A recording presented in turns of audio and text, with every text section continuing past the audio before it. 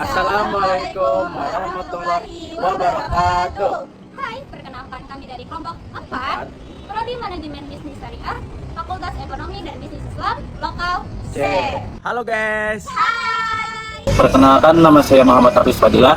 NIM saya 2501 0505 0357. Perkenalkan, nama saya Muhaila. NIM saya yaitu 2501 0505 0365.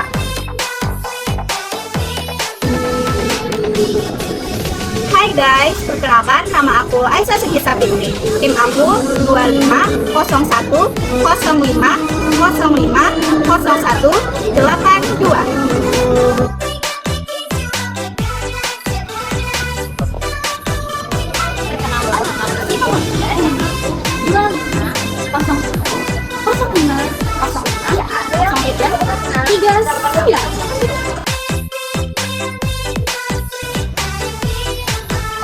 Perkenalkan, nama aku Zara Pekerja Arafah.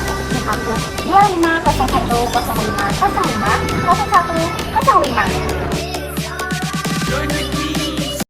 Pada suatu hari, seorang mahasiswa terlihat melaju perlahan dengan sepeda motor menuju sebuah kafe. Perjalanan itu tidak terburu-buru. Jalanan yang ia lewati sambil membawa pikirannya entah sedang kemana. Motor diparkirkan, kunci diputar, dan helm dilepas. Langkahnya pelan. Ia terus berjalan ke dalam kafe, melewati bagian ke bagian lainnya. Langkah demi langkah, terasa tidak tergesa, seolah pikirannya ikut berjalan bersamanya. Perjalanannya menuju tempat duduk terasa cukup panjang. Sampai akhirnya, ia menemukan sebuah kursi. Dari dalam tas tanpa ragu, ia mengeluarkan sebuah buku berisikan tugas matematika yang begitu membebaninya. Aduh, susah banget. Ya, hari ini banget ya. Iya, cuacanya lagi mendung banget. Habis ya? Iya. Aduh, susah sekali. Oh iya, muka dia kayak yang bener-bener berat banget. Iya, sebenarnya ayah. Habis. Kalian ngapain di sini? Kami kan mau ngerjain tugas di sini. Kamu sendiri kenapa kelihatan pusing banget? Ini aku diberi tugas sama ibu MTK terus susah ngerjain. Emang soalnya gimana? Ini. Oh ini tentang diferensial kan? Iya. Kami bisa bantu. Tapi sebelum itu, kamu tuh tahu nggak diferensial itu apa? Belum tahu. Pas sama Jet udah duluan ya? Oh iya, di mana ya mereka? Itu dia Mak. Oh iya, itu mereka. Kok tapi ada Hafiz juga ya? Kira-kira ngapain ya? Kita samperin aja kali ya. Ayo. Guys, kalian ngapain? Ini nih, kita mau bantuin Hafiz ngerjain tugas matematika. Oh, tugas matematika ya? Emang gimana kalau kita bantuin? Kami berdua darinya, kalian penyelesaian soalnya. Wah, bisa itu. Betul. Jadi gimana teori diferensial, guys? Apa sih teori diferensial? Jadi, teori diferensial adalah konsep dalam matematika ekonomi yang digunakan untuk mengukur perubahan kecil pada suatu variabel akibat perubahan variabel lainnya. Konteks elastisitas, teori diferensial digunakan untuk mengukur perubahan harga yang kecil dapat mempengaruhi permintaan pada satu titik harga tertentu. Pendekatan diferensial digunakan karena elastisitas dihitung pada satu harga tertentu, bukan secara rata-rata. Hasilnya lebih tepat menggambarkan kondisi saat ini. Teori ekonomi, hubungan antara harga dan jumlah permintaan bersifat negatif.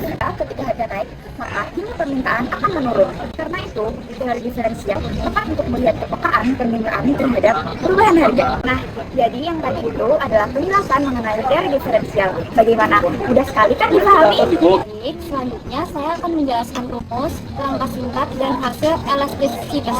Menghitung elastisitas permintaan dengan pendapat diferensial digunakan rumus delta D sama dengan dibagi Q dikali DQ per DP. Nilai DQ per DP diperoleh dari fungsi permintaan linear yang dibentuk dari data harga dan jumlah penjualan. Antara harga dan jumlah penjualan digambarkan dari kurva permintaan yang menurun, yang menunjukkan ketika harga naik maka permintaan menurun. Dari hasil perhitungan diperoleh hasil elastisitas yang menunjukkan bahwa permintaan bersifat inelastis. Perubahan harga tidak terlalu mempengaruhi jumlah permintaan. Nah, dari penjelasan ini sudah bisa dipahami kan? Oh gitu, oke deh, sudah paham. Emang gimana sih bis soalnya? Jadi ginilah soalnya, fungsi permintaan suatu barang kartu nama dengan harga 55.000 per box di bulan Mei 2018 dan terjual sebanyak 177 box, sedangkan kartu nama di bulan Juni 2018 dengan harga 57.000 per box terjual sebanyak 114 box. Tentukan elastisitas permintaan tersebut. Terus gimana cara mengerjakan ini? Oh ini ya soalnya. Nah jadi soalnya kan kita itu disuruh mencari elastisitas permintaan tersebut kan. Nah di sini kita itu menggunakan rumus P min P1 per P2 min P1 terus sama dengan Q min Q1 per Q2 min Q1. Tadi tuh yang mana P1 nya dan yang mana juga Q1, Q2 dan juga P2 nya. Nah di sini kita mencari, kita lihat dulu soalnya.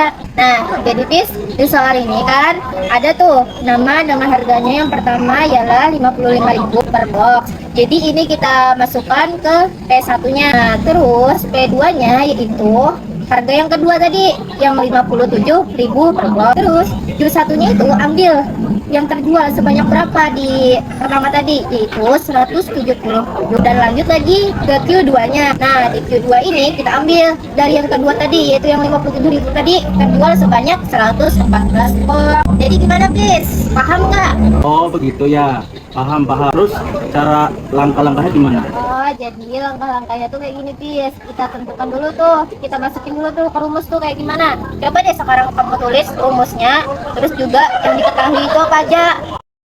Diketahuinya P1 55.000, diketahuinya P2 57.000, diketahuinya Q1 27, diketahuinya Q2 114. Terus gimana kelanjutannya lah? Nah jadi kan diketahuinya tadi kan sudah ketemu nih. Nah terus tinggal kita masuk lagi ke rumusnya. Nah rumus yang pertama ini kan P min P1. Nah berarti P1 nya ini 55.000, kita masukkan ke sini. Berarti P min 55.000 per P2 min P1. P2 nya tadi kan 57.000, terus kita masukkan juga ke sini min P1. Berarti min P1 nya tadi tuh 55.000, kita masukkan ke sini. Nah sama dengan Q min Q1. Nah di sini kan mencari Q1 nya, berarti Q1 yang di sini tadi 177, kita taruh di sini nanti 177. Nah per Q2 min Q1. Nah Q2 tadi yaitu 114. Nah 114 ini kita taruh di sini. Nah terus min Q1. Q1 nya tadi kan 177, berarti kita taruh di sini. Nah berarti di sini ini P min 55.000 per 57.000 min 55.000. Terus yang Q ini Q min 177 per 114 min 177. Coba deh kamu tulis lagi langkah-langkahnya.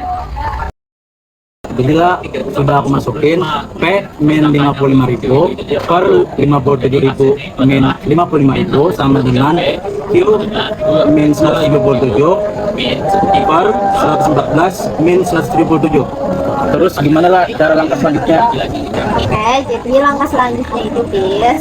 Nah, kan di sini kan P min 55.000 per 57.000 min 55.000. Jadi kita turunkan nih P min 55.000 per 57.000 dikurangi 55.000 itu berapa hasilnya? Nah, terus di sini lagi sama kayak gini. 114 min 177 itu berapa hasilnya? Kita taruh lagi, kita turunkan lagi ke bawah. Nah, setelah itu kita kalikan silang nih. Hasil yang di sini kalikan ini dan hasil yang di sini kita kalikan ini. Jadi coba deh kamu kerjain. Jadi kan gini lah, 57.000 kurang 55.000 hasilnya kan 2.000. Terus 114 kurang 177 hasilnya kan min 63. Jadi P min 55.000 per 2.000 sama dengan Q min 177 per min 63. Terus kan dikalikan 55.000 kali min 63 hasilnya 3.465.000. Habis itu P kali min 63 hasilnya min 63P. Terus kekalian Q min 177 kali 2.000 hasilnya 354.000. Habis itu Q kali 2.000 hasilnya plus 2.000 Q. Terus kenapa ini jadi plus lah, sedangkan ini min? Oke, kenapa tadi di sini plus kan? Nah, jadi di sini itu jadi plus kan di sini kan Q-nya itu positif. Jadi di sininya juga positif. Berarti Q dikali 2000, anggapannya itu positif dikali positif kan jadinya positif. Nah, terus sedangkan di sini kan P-nya ini positif, 63-nya ini min. Berarti kan positif dikali min hasilnya itu min. Nah, sebab itulah di sini min dan di sini positif. Oh, jadi begitulah. Terus langkah selanjutnya gimana? Jadi langkah selanjutnya itu bis. Nah, di sini kan tadi hasilnya itu sudah ketemu tuh 3.465.000 min 63P sama dengan min 354.000 plus 2.000 Q. Terus kita di sini kita pindahkan ruas nih, min 63P kita turunkan sama dengan kita turunkan dulu yang ini, yang duluan, yang min 354.000 kita taruh di sini plus 2.000 Q. Maksudnya itu yang bagian sini ini kita turunkan dulu ke sini. Terus lanjut yang ini 3.465.000. Nah, 3.465.000 ini taruh di paling sebelah kanan. Jadi kalau dihitung-hitung tuh anggapannya itu seperti pindah ruas. Yang awalnya positif nanti di sini menjadi negatif. Nah, berarti di sini nanti min 63P sama dengan min 354.000 plus 2.000 Q. Min 3.465.000. Coba deh kamu tulis, terus nanti kamu hitung itu hasilnya berapa gitu setelah dikurangkan. Tapi nguranginnya itu, yang dikurangin itu yang min 354.000 sama min 3.465.000 nanti. Yang 2.000 kilonya ini jangan dihitung dulu. Coba deh kamu lanjutkan dulu, cari dulu hasil akhirnya gimana nanti. Jadi kan tadi sudah pindah ruas. Min 63P sama dengan min 354.000 plus 2.000 Q. Min 3.465.000. Habis itu min 354.000 dikurang min 3.465.000. Hasilnya 3.819.000. Kan masih ada 2.000 Q plus 2.000 Q. Jadi diturunkan lagi min 63P sama dengan 2.000 Q min 3.819.000. Bener kan begini hasilnya lah? Benar sih jawabannya. Maksudnya itu hasilnya gitu. Jadi maksudnya itu kayak gini. Kan yang ini tadi itu pis, yang ini kan dikurang ini. Jadi hasilnya segini kan. Nah, terus itu kan di sini kan masih ada tuh 2.000 Q. Berarti kita turunkan di sini, yaitu Q-nya ini pindah ke sini. Q sama dengan terus yang min 63-nya ini pindahkan ke atas. Berarti min 63P per 2.000. Berarti Q min 63P per 2.000. 2.000-nya ini turun ke bawah. Jadi min 63P ini dibagi 2.000. Nah, hasilnya itu berapa, Pis? Tolong carikan hasilnya dong. Jadi kan 2.000 Q-nya ada Q-nya kan lah. Habis itu Q-nya turun ke bawah. Sama dengan min 63P bagi 2.000 sama dengan 0,0315. Terus langkah selanjutnya gimana lah? Jadi kan Q-nya itu sama dengan 0,0315. Sudah dapat lapis. Nah, terus tinggal menghitung yang ini lagi, yang 3.819.000. Berarti di sini 3.819.000 dibagi 2.000 lagi. Nah, terus hasilnya itu berapa nanti? Setelah ketemu hasilnya, nanti baru dijumlahkan hasilnya ini sama yang ini. Gitu. Coba deh kamu tulis lagi langkah selanjutnya. Terus dijumlahkan berapa hasilnya yang sudah dijumlahkan tadi.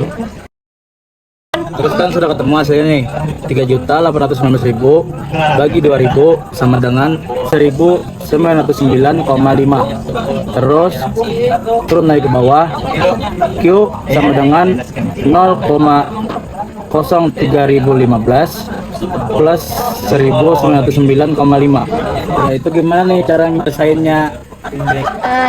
Tadi Pis kan kamu di sini kan ada tuh jelasinnya, langsung ke Q sama dengan 0,0315 plus 1.909,5.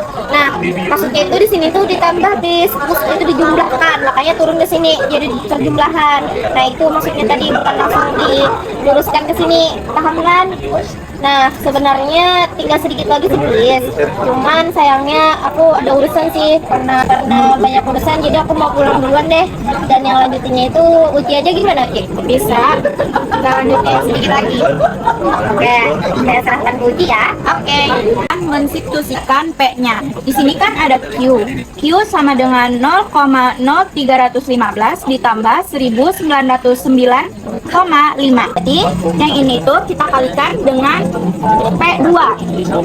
Q sama dengan 0,0315 dikali P2 tadi kan kita ketahui bahwa ada 57.000. Jadi, Q sama dengan 0,0315 dikali 57.000 ditambah 1909,5. Oh, jadi P2 di sini disubstitusikannya di persamaan Q. Kelanjutannya gimana setelah ini?